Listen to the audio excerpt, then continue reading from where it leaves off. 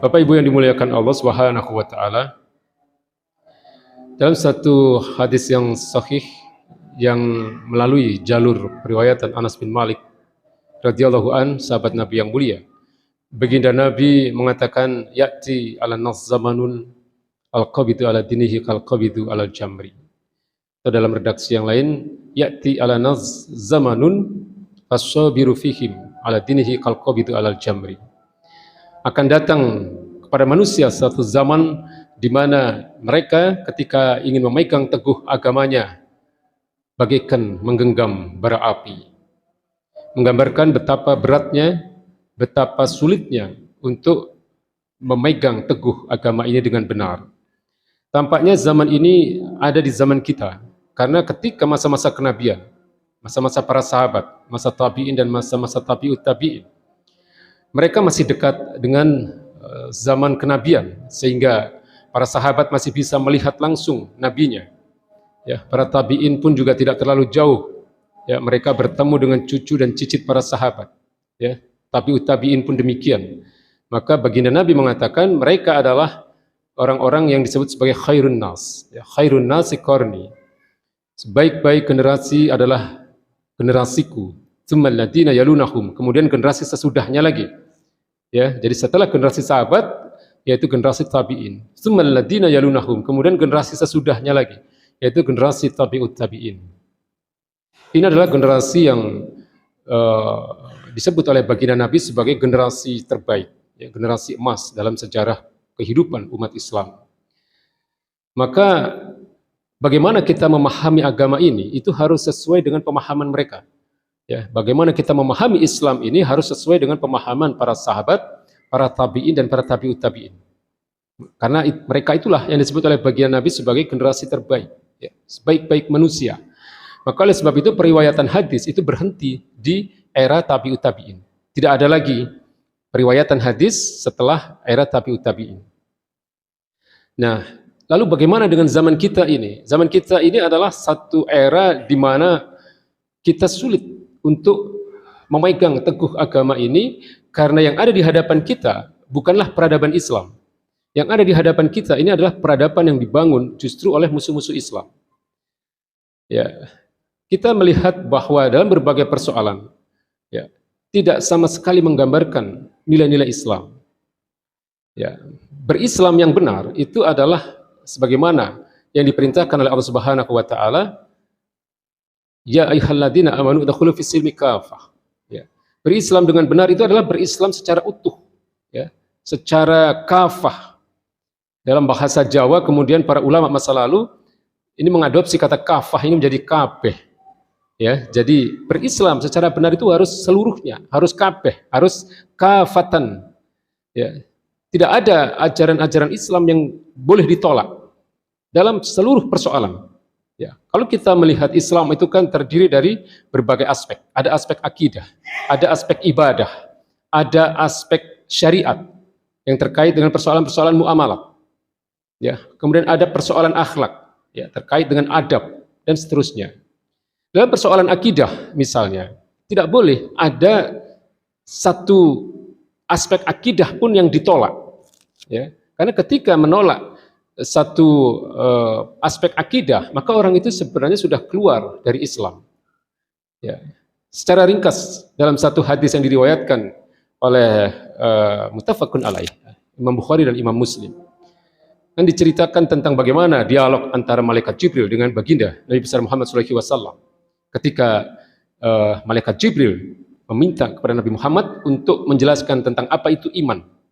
Kemudian Nabi mengatakan, antu'mina billahi wa malaikatihi wa kutubihi wa rusulihi wal yaumil akhiri wa tu'minu, ya, al-qadri syarhi wa khairihi minallahi ta'ala.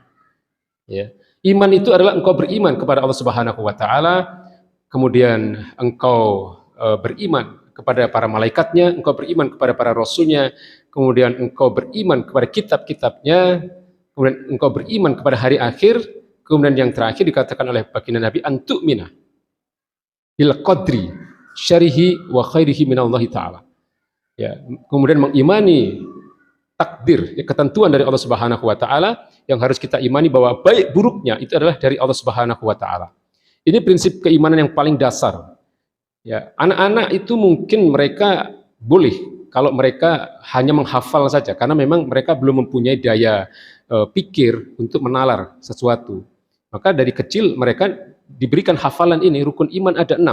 Ya, iman kepada Allah, 2, iman kepada malaikat dan seterusnya. Tapi kalau untuk kita-kita yang sudah mukallaf, ya, kita-kita yang sudah dewasa, apalagi kita-kita yang sudah tua ini, tidak boleh sebenarnya mengimani prinsip-prinsip keimanan ini hanya dengan menghafal saja. Tapi harus mengetahui bagaimana proses berpikirnya. Ya, bagaimana untuk membuktikan bahwa Allah itu ada, ya. Bagaimana membuktikan bahwa malaikat itu ada? Bagaimana membuktikan bahwa kitab Al-Qur'anul Karim itu benar, firman-firman dari Allah Subhanahu wa taala? Ya, bagaimana membuktikan baginda Nabi Muhammad SAW itu adalah benar. Beliau adalah merupakan nabi dan rasul yang merupakan utusan dari Allah Subhanahu wa taala dan seterusnya. Maka kita mengenal ada yang istilahnya adalah dalil akli dan dalil nakli. Panjang bahasanya kalau kita membahas ini. Tapi intinya adalah bahwa tidak boleh ada prinsip keimanan yang ditolak, itu tidak boleh. Makanya keimanan yang benar itu harus melalui proses berpikir. Ya, kalau tidak melalui proses berpikir, maka keimanan itu bisa rusak, bisa menyimpang. Ya, sehingga ada orang yang mengaku Islam tapi mengatakan bahwa hari kiamat itu adalah ramalan masa depan, misalnya. Nah, ini sudah rusak imannya sebenarnya, sudah keluar dia dari Islam sebenarnya. Karena dia tidak meyakini bahwa hari akhir atau hari akhirat itu adalah benar-benar akan ada nanti. Ya, karena ini dikabarkan oleh Al-Qur'anul Karim. Yang sudah terbukti bahwa Al-Qur'anul Karim itu adalah merupakan firman-firman Allah Subhanahu wa taala. Jadi ini dalam persoalan akidah, ya, tidak boleh ada sedikit pun prinsip-prinsip akidah yang kita ragukan kebenarannya, apalagi kita tentang, kita tolak kebenarannya. Kemudian yang kedua, dalam persoalan ibadah. Dalam persoalan ibadah, ini juga harus utuh kita menerimanya, ya. Jadi prinsip diterimanya ibadah itu kan yang pertama harus ikhlas karena Allah Subhanahu wa taala, yang kedua benar, ya, dilaksanakan dengan benar sesuai bagaimana yang dicontohkan oleh baginda Nabi besar Muhammad SAW. Kemudian yang ketiga, dalam persoalan syariat yang terkait dengan persoalan-persoalan muamalah. Ya, syariat itu artinya adalah hukum atau aturan-aturan. Ya, dalam hal ini yang terkait dengan persoalan-persoalan muamalah ini yang paling banyak. Ya, isi Al-Qur'an itu 60% lebih itu berbicara tentang syariat yang terkait dengan persoalan-persoalan muamalah. Ya, ada persoalan pendidikan, ada persoalan ekonomi, ada persoalan hukum, ada persoalan sosial, ada persoalan politik, pemerintahan, kenegaraan, dan seterusnya. Nah, ini pun seharusnya umat Islam itu harus mengambil seutuhnya. Tidak boleh kita mengambil sebagian syariat Islam, kemudian menolak sebagian syariat yang lain. Ya. Allah Subhanahu wa taala mencela keimanan orang-orang Yahudi dan Nasrani itu karena ini. Ya. Orang-orang Yahudi dan Nasrani itu dicela oleh Allah Subhanahu wa taala karena mereka mengambil sebagian, ya, ajaran agama mereka, ya, kemudian menolak sebagian ajaran yang lain. Ya, maka di dalam surat Al-Baqarah ayat 85 itu Allah katakan kan, ya, mengapa atau apakah kalian akan mengimani, ya, sebagian dari kitab ini kemudian kalian menolak sebagian yang lain. Ya. Ini merupakan celaan dari Allah Subhanahu wa taala kepada umat Nabi Musa. Dan ini tentu juga berlaku bagi kita. Kita tidak boleh, ya, mengimani sebagian kemudian mengingkari sebagian dari isi Al-Qur'anul Karim. Dan disinilah umat Islam itu banyak tergelincir, ya. Umat Islam banyak tergelincir. Hari ini umat Islam itu banyak mengikuti milah orang-orang Yahudi Nasrani dalam persoalan-persoalan muamalah. Kita lihat dalam persoalan pendidikan misalnya. Yang ada di tengah-tengah kita, ya, mayoritas adalah pendidikan yang justru dirancang bukan oleh agama Islam, ya, bukan oleh para ulama, ya, tapi justru kita banyak sekali mengadopsi ajaran-ajaran yang berasal dari orang-orang kafir. Ya, dalam persoalan ekonomi juga demikian. Ya. Islam jelas, ya, di dalam ayatnya Allah katakan ahalallahul bai' wa harrama riba. Ya, Islam hanya menghalalkan jual beli dan mengharamkan riba. Tapi hari ini sistem ekonomi yang mengatur kita adalah sistem ekonomi yang justru dirancang oleh orang-orang Yahudi dan Nasrani. Ya, sistem ekonomi yang ribawi. Dan kita tidak bisa menolak, karena memang ini diterapkan kepada kita. Tidak bisa kita menolak secara keseluruhan, tidak bisa. Ya, karena ini terkait dengan aturan kehidupan yang diterapkan kepada kita. Ya, kemudian dalam persoalan hukum juga demikian. Ya, di dalam Al-Qur'anul Karim itu Allah Subhanahu wa taala berbicara tentang persoalan-persoalan hukum, ya, baik hukum pidana, ya. Kita lihat bagaimana kemudian ada ayat yang berbicara tentang hukuman bagi seorang pencuri misalnya. Wasariqu wasariqatu faqta'u aydiyahuma. Pencuri laki-laki dan pencuri perempuan potonglah tangan keduanya. Allah juga berbicara tentang hukum jilid, ya, atau hukum cambuk bagi orang-orang yang berzina.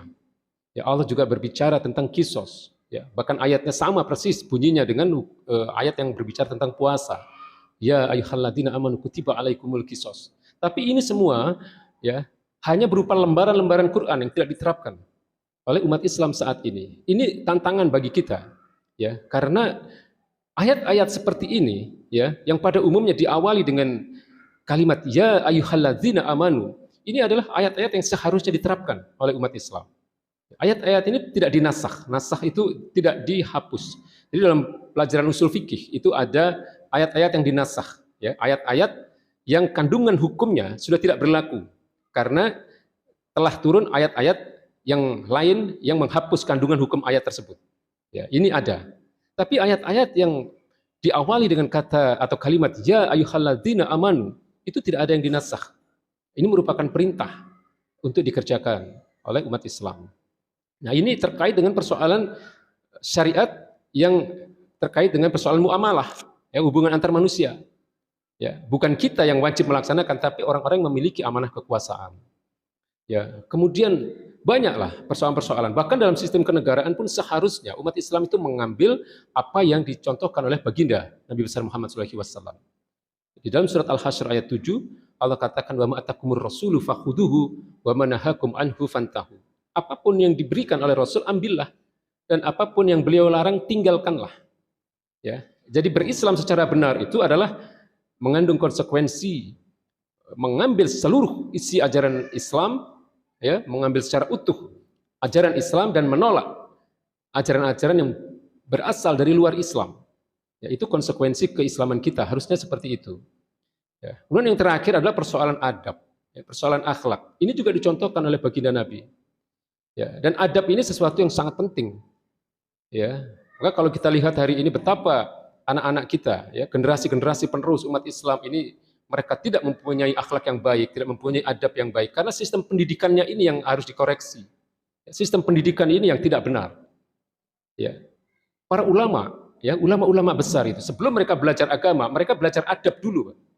Ya, ulama-ulama besar itu oleh orang tua mereka itu sebelum belajar agama mereka diwajibkan untuk belajar adab dulu, ya, sehingga ketika mereka sudah mempunyai ilmu adab yang cukup baru mereka belajar agama, lalu kemudian mereka menjadi para ulama-ulama yang memiliki akhlak yang karimah, ya, akhlak yang mulia.